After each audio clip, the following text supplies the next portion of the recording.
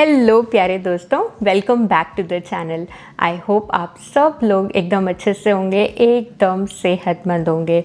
आज most awaited video है कि इंडिया से मम्मी ने क्या क्या सामान भेजा है। इस बार 2 बैग पूरे बस हमारा सामान भर के आया है। उसके बाद भी मेरा कुछ सामान इंडिया में ही रह गया। ऐसा लग रहा था कि एयरलाइंस ने अगर 3 बैगेज अलाउ किए होते तो फिर मेरा सामान अच्छे से आ पाता। बट ठीक है, थोड़ा बहुत सामान जो ऐसा लगा कि अगली बार लेके जा सकते हैं वो भी वहीं रह गया।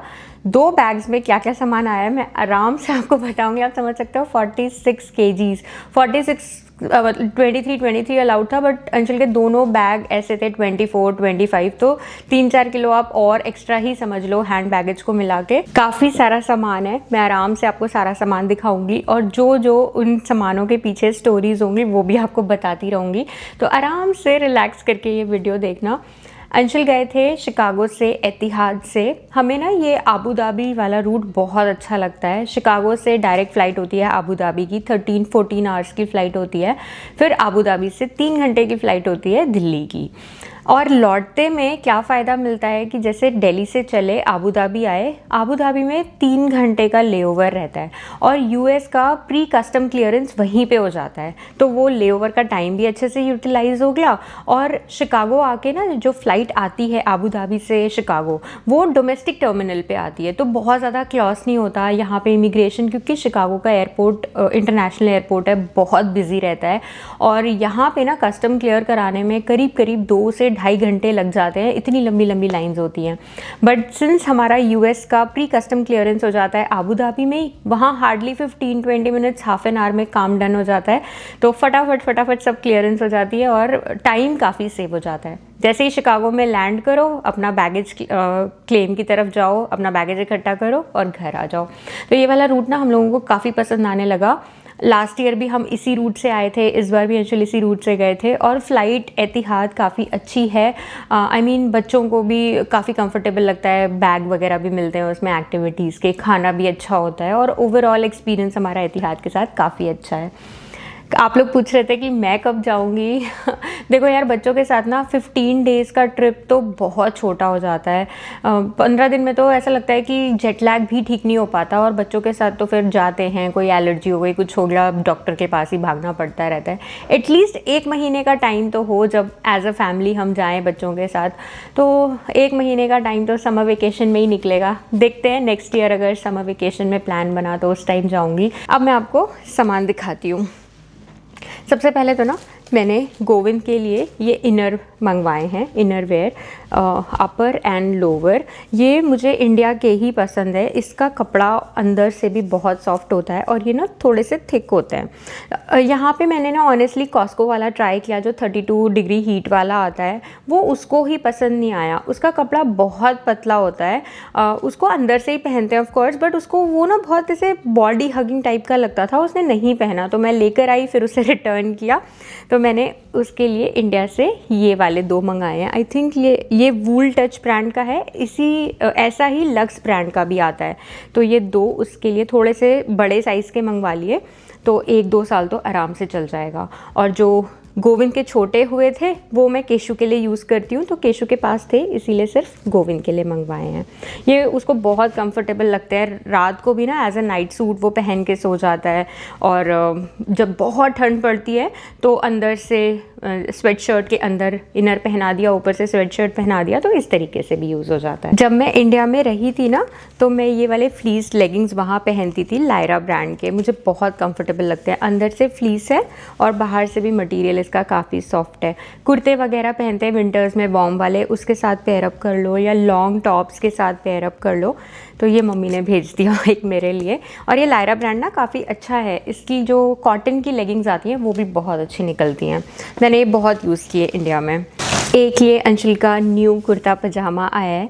बनवाए तो 3 हैं, but due to space constraint एक ही नया आ पाया है। उनके पास ना कुर्ते पजामे 3-4 हैं, बट इस साल वो इतनी बार रिपीट करके पहन लिए थे, तो मैंने बोला कि 1-2 नए कुर्ते पजामा भी होने चाहिए। अब नए जैसे साल में फेस्टिवल्स आएंगे तो उनमें काम आ जाएगा। और ये वाला काफ़ी अच्छे प्रिटी से कलर का है, सी ग्रीन कलर है, और ये है इसका पजामा। ये उनके साइज़ का स्टिच करवाया है। कई बार हमने ना प्री स्टिच कुर्ता पजामा उनके लिए लिए हैं, बट उनको ना साइज़ प्रॉब्लम होती है, जैसे शोल्डर्स पे से टाइट हो गया, नीचे से लूज़ हो रहा है, तो फिर उनके साइज़ का ये स्टिच करवाया है। और 2 और हैं जो स्टिच करवा के रखे थे, वो अब जब नेक्स्ट टाइम जाएंगे तब आएंगे। और ये हैं वुलन सॉक्स, बहुत ही प्रिटी हैं ये सब हैंड वोवन है, ये मेरी मौसी ने बना के भेजे हैं। ये मुझे बहुत पसंद है, मैं लास्ट टाइम भी लेकर आई थी, उन्होंने ही मेरे लिए बनाए थे। बट ना ये जैसे घर में डेली में आप पहनो तो फट जाते हैं, एक ही सीज़न चलते हैं, बट ये हैं बहुत ही प्रिटी कलर के। तो बस अब आ गई है विंटर्स, इनको निकाल लूँगी मैं, यूज़ करूँगी अच्छे से। बहुत प्यारे प्यारे हैं यार, हाथ से बने हुए हैं ये। आजकल तो क्रोशिए का इतना ज़्यादा फैशन है, मैं देख रही हूँ इंस्टाग्राम पे, पेज पे इतनी सारी लोग चीज़ें बनाते हैं क्रोशिए से, इवन टॉप्स वगैरह बनाते हैं, तो can't wait to use them. अभी गोवर्धन पूजा पे ना मैं मम्मी से ऐसे ही बात कर रही थी, मैं बोल रही थी कि हर साल ना गोवर्धन यहाँ पे हम ऐसे ट्रेडिशनली तो हम लोगों के यहाँ गोबर से बनाया जाता है गोवर्धन, और फिर उसकी पूजा की जाती है, बट अब यहाँ तो वो सब चीज़ें पॉसिबल नहीं है, तो मैं हर साल ना इसे प्रिंट आउट लेके वो रख के फिर उसकी पूजा करती थी। तो मम्मी ने कहा कि ये ब्लॉक वाला मैं तुम्हारे लिए इस बार मंगवा दूंगी, फिर हर साल ऐसे इसे रख के पूजा कर लो और फिर इसे उठा दो, फिर नेक्स्ट ईयर ऐसे आप यूज़ कर सकते हो। तो ये वुडन है और ये गोवर्धन की पूजा में यूज़ हो जाएगा। काफ़ी अच्छी इनोवेटिव चीज़ें आजकल आने लग गई हैं कि लाइफ आपकी काफ़ी ईजी हो जाती है, येट आप अपने कल्चर को फॉलो भी कर पाते हो। मैंने ये 2 डब्बी मंगवाई हैं चूड़ियाँ अपने लिए। मुझे ना पता नहीं क्यों कांच की चूड़ियाँ पहनने का इतना शौक़ चढ़ रहा है। ये मैंने ग्रीन कलर की चूड़ियाँ मंगवाई हैं। कांच की चूड़ियाँ जब आवाज़ करती हैं ना खन खन मुझे बड़ी अच्छी लगती हैं। और इस त्योहारों के सीज़न में मैंने इन कांच की चूड़ियों को बड़ा मिस किया। मेरा बड़ा मन हो रहा था कि यार मैं कांच की चूड़ियाँ पहनूँ। तो मैंने मम्मी को बोला था कि आप मेरे साइज़ की ना रेड और ग्रीन कलर की कांच की चूड़ियाँ भेजना। ये देखो अच्छी हैं ये। तो मैंने 2 डब्बी मंगवा ली, आराम से फेस्टिवल्स पे इन्हें स्टाइल कर सकते हो। तीज वगैरह पे ना मन करता है ऐसे ग्रीन चूड़ियाँ हो तो आप पहन लो, अब ना हो तो पहनो क्या, तो इसीलिए फिर चीज़ें होनी चाहिए। इस साल करवा चौथ के आसपास ये मेहंदी के स्टिकर्स इतने फेमस हुए, इतने वायरल हुए इंस्टाग्राम पे, जिसको देखो यही स्टिकर वाली मेहंदी लगा रहा था। तो मम्मी ने मेरे लिए भी ये 5-6 स्टिकर्स भेज दिए। सारे ही फ्रेंड्स यहाँ पे जब मेहंदी करवा चौथ पे लगाते हैं तो यही हो रहा था कि यार इस बार हम भी स्टिकर्स मंगवाएंगे इंडिया से, फिर नेक्स्ट ईयर आराम से सब अपने अपने हाथों में स्टिकर लगाओ और अच्छी मेहंदी के डिज़ाइंस बना लो। तो ये मैंने ऐसे खूब सारे स्टिकर्स मंगवा लिए। अब अगले साल तीज पे, करवा चौथ पे सारे दोस्त मिलके लगा लेंगे इन स्टिकर्स से मेहंदी। और ये कोन्स का भी मैंने एक पूरा ही पैक मंगवा लिया, कावेरी कोन्स हैं। इनको ना फ्रिज में मत रखो, ऐसे बाहर कहीं रख दो तो इनका कुछ ख़राब नहीं होता, कलर वगैरह भी इनका एज इट इज़ रहता है। और ये सनस्क्रीन की बॉटल्स आई हैं मेरी जापान से। मेरा छोटा भाई रहता है जापान में और भाभी अभी इंडिया आई हुई हैं तो वो लेकर आई हैं। ये वैसे तो बायोर ब्रांड का है। बायोर ब्रांड की चीज़ें यहाँ पे आपको टारगेट पे मिल जाएंगी, जैसे नोज़ मास्क वगैरह मैंने कई बार यूज़ भी किया है। बट मैंने ना ये सनस्क्रीन बहुत ढूंढा, मुझे यूएस में नहीं मिला। लास्ट ईयर जब वो लोग आए थे ना तो वो लेकर आए थे और फिर मैंने भी ट्राई किया, मुझे बहुत पसंद आया। फिर यहाँ नहीं मिला तो फिर मैंने अपने भाई को बोला कि मुझे यही वाले सनस्क्रीन चाहिए, तो उसने जापान से मेरे लिए 4 बॉटल्स भेजी हैं। बहुत अच्छा है ये, एकदम वाटर बेस्ड है। कभी आप इसे कहीं पे भी स्पॉट करो, जापान जाओ वहाँ से ख़रीद लो, बहुत अच्छा है, आपको डेफिनेटली पसंद आएगा। मॉइस्चराइज़र के ऊपर लगाती हूँ ना तो बिल्कुल ऐसे चिप वाली फीलिंग नहीं होती। अदरवाइज़ ना सनस्क्रीन इतने थिक होते हैं कि लगाने का ही मन नहीं करता। बट ये वाला काफ़ी अच्छा है बायोर ब्रांड का। हम इसे यहाँ पे बायोर पढ़ते हैं बट जापान में इसको ब्योरे पढ़ते हैं। तो मेरा भाई जब भी बोलेगा, वो ब्योरे बोलता था पहले, मैंने बोला ब्योरे नहीं होता यार, बायोर होता है। बट वो कहता कि नहीं, इससे हमारे यहाँ पे ऐसे ही पढ़ा जाता है। तो ये है। और मैंने मंगवाए हैं अपने लिए 2 लिक्विड सिंदूर। ये हैं ब्लू हेवन ब्रांड के और मुझे ना इसे डार्क कलर का, जो मरून कलर का सिंदूर होता है ना, वही पसंद है, तो ये 2 मंगवा लिए। बार जब मैं दिवाली की डेकोरेशन कर रही थी ना, ऑल्दो मेरे पास फूलों की बहुत सारी माला हैं, बट सोशल मीडिया ने ऐसा कर रखा है कि एक चीज़ ट्रेंडिंग होती है तो वो इतनी ज़्यादा ट्रेंड कर जाती है, सबके पास होती है। ये मुझे भी चाहिए थी, तो मैंने मम्मी को ना दिवाली के टाइम पे ही बोला था कि मुझे भी ये वाले गार्लैंड्स चाहिए, तो मम्मी ने इसका पूरा सेट मेरे लिए भेज दिया।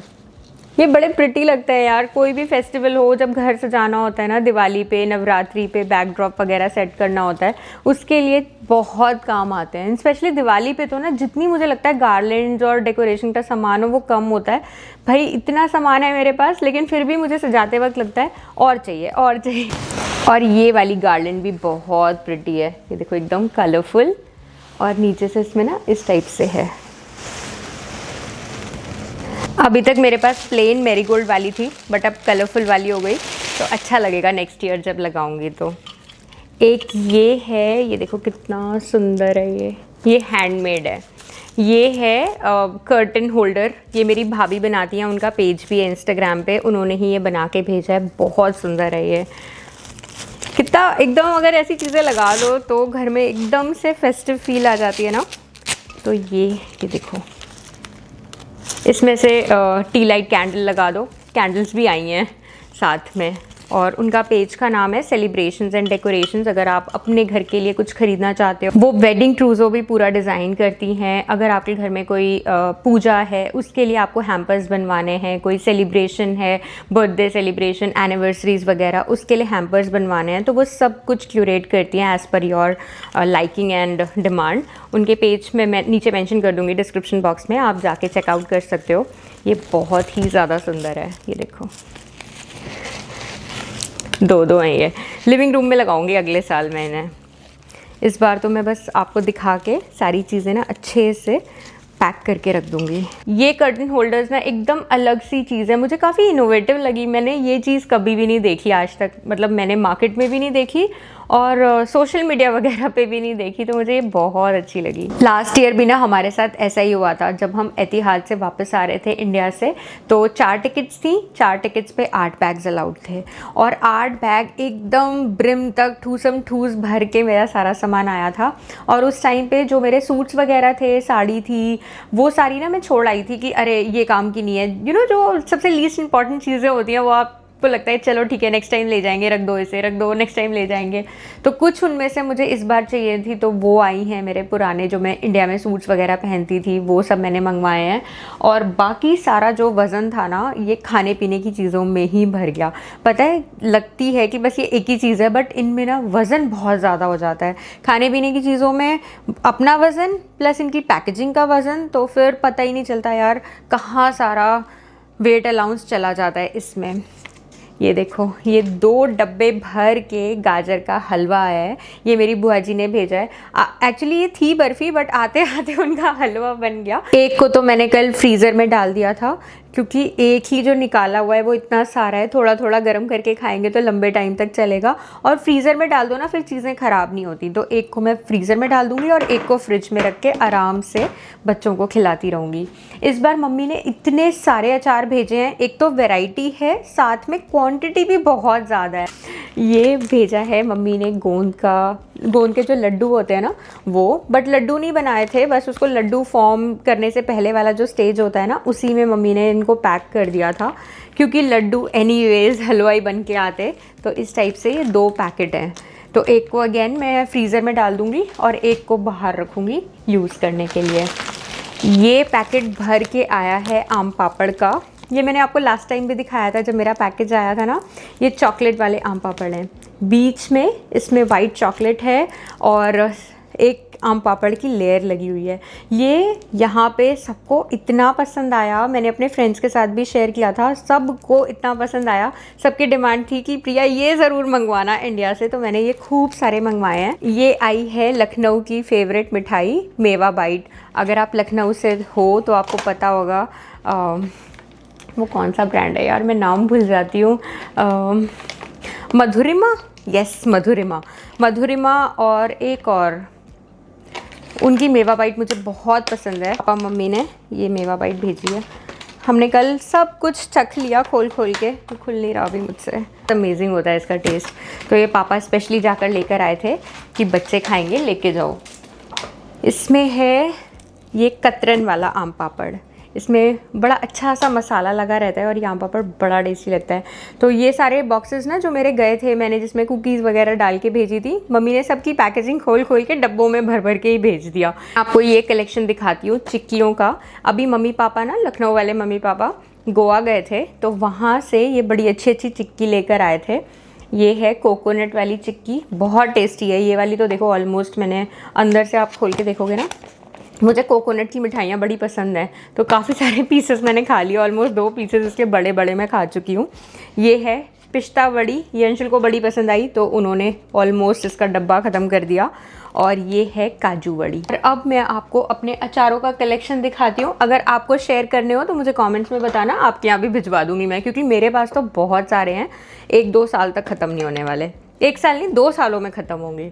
ये है आम का अचार और ये है आंवले का अचार। विंटर्स में आंवले बहुत अच्छे आते हैं और ये एकदम इंस्टेंट वाला अचार है। फटाफट आंवले को बस काट के छौंक दो और ये बन जाता है। ये ज़्यादा दिन चलेगा भी नहीं, तो मम्मी ने बोला था ये वाला और एक गाजर और मिर्ची का अचार है, ये सबसे पहले ख़त्म करना। और आप इसकी स्पीड देख लो कितनी ख़त्म भी हो चुकी है, ये बहुत टेस्टी लगता है। और एनीवेज आंवला तो विंटर्स में खाना बहुत हेल्दी भी होता है। ये है मेरा फेवरेट गाजर और मिर्ची का अचार।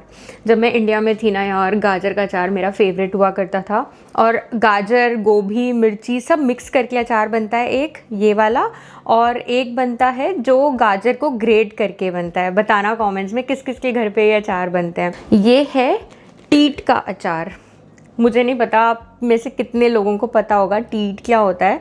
ये भी बहुत टेस्टी होता है। ये मम्मी ने ना खाटू श्याम जी से मंगवाया था। ये है लाल मिर्ची का अचार।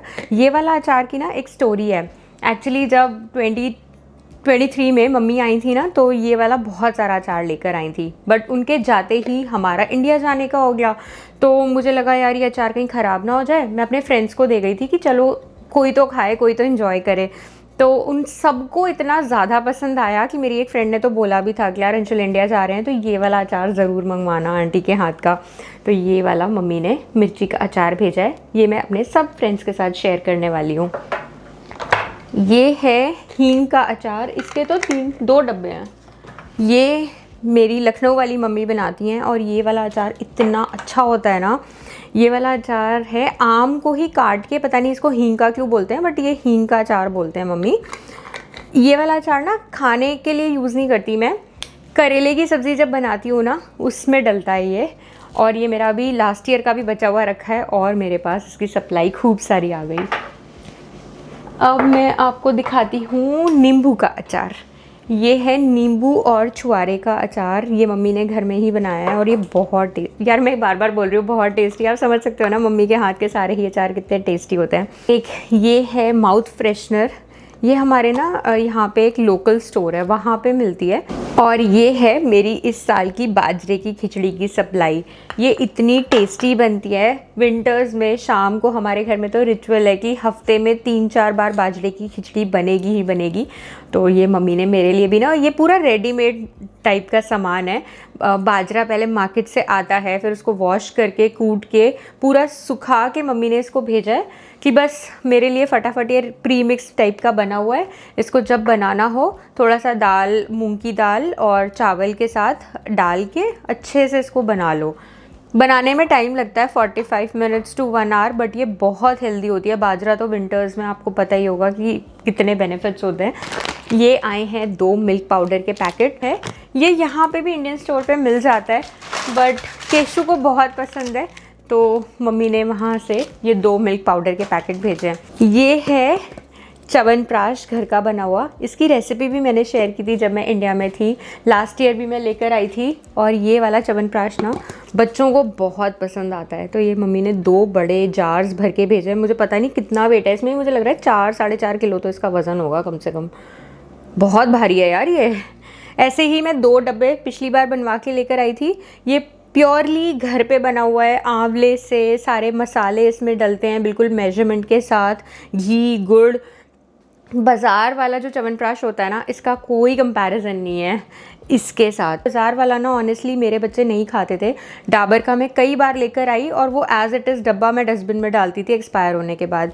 बट ये जो घर का मम्मा बनाती है ना, वो बच्चों को बहुत पसंद आता है। विंटर्स में जैसे रात में जब मैं दूध देती हूँ दोनों बच्चों को, तो 1-1 चम्मच दोनों को च्यवनप्राश दे दिया एंड डन।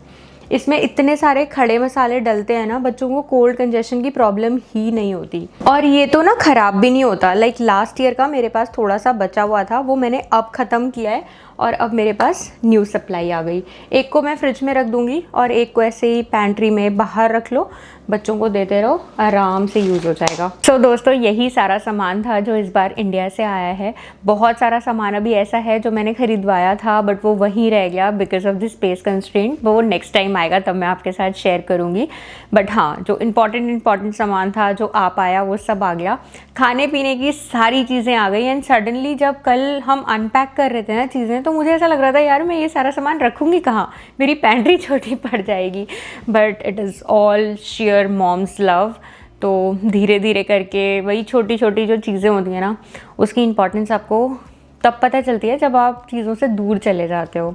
यहाँ पे हर दिन जब वो च्यवनप्राश खाएंगे, मम्मी पापा जो गोवा से चिक्की लाए हैं वो खा रहे हैं, तो वही मोमेंट्स में हम पहुँच जाते हैं। इस बार ऐसा कुछ सामान नहीं था जैसे हर बार मैं बेडशीट्स वगैरह लाती हूँ, डेकोर आइटम्स वगैरह लेकर आती हूँ। वो मैं खुद जाऊँगी ना तब लेकर आऊँगी और फिर आप लोगों के साथ शेयर करूँगी। तो जो सामान आया है वो मैंने आप लोगों के साथ शेयर कर दिया और मिलते हैं फिर नेक्स्ट वीडियो में। अगर ये वीडियो पसंद आई हो तो लाइक ज़रूर करना, शेयर करना, चैनल को ज़रूर सब्सक्राइब कर लेना, उससे मुझे बड़ी मोटिवेशन मिलती है। मैं आजकल on a daily basis shorts upload कर रही हूँ। आप मुझे इंस्टाग्राम पे भी फॉलो कर सकते हो, मैं वहाँ पे भी काफ़ी सारे रील्स पोस्ट करती हूँ। तो मिलते हैं फिर एक और नई वीडियो में। तब तक के लिए आप अपना बहुत सारा ध्यान रखो, खुश रहो, मुस्कुराते रहो। हाँ, बहुत सारी दवाइयाँ भी आती हैं, दवाइयाँ भी आई हैं, बट वो अंशुल का डिपार्टमेंट है, वो अपने आप ही दवाइयाँ पापा उनको देते हैं, वो लेके आते हैं, वो यहाँ पे रखते हैं। फिर जैसे जैसे कोई बीमार पड़ा, कुछ हुआ, तो वही हम सबको दवाइयाँ देते हैं। क्योंकि यहाँ पे ना एंटीबायोटिक्स वगैरह ऐसे मिलती नहीं है, तो कभी छोटा मोटा कुछ हुआ जिसमें चाहिए तो हम लोग अपनी मेरी और अंशुल की दवाई तो मोस्टली इंडिया से ही ले आते हैं। कभी दिखाना पड़ा डॉक्टर को तो ऑफ कोर्स दिखाते हैं, बट चल जाता है काम मोस्टली उन दवाइयों से। बच्चों का तो प्रॉपर फिर चेकअप होता ही है, तो बच्चों की एज सच कोई दवाई वगैरह हम लेके नहीं आते। बट हाँ, हम दोनों की दवाइयाँ तो काफ़ी सारी आती हैं वहाँ से। तो चलो दोस्तों, फिर से मिलते हैं एक और नए वीडियो में। तब तक के लिए आप बहुत सारा ध्यान रखो, खुश रहो, मुस्कुराते रहो। बाय।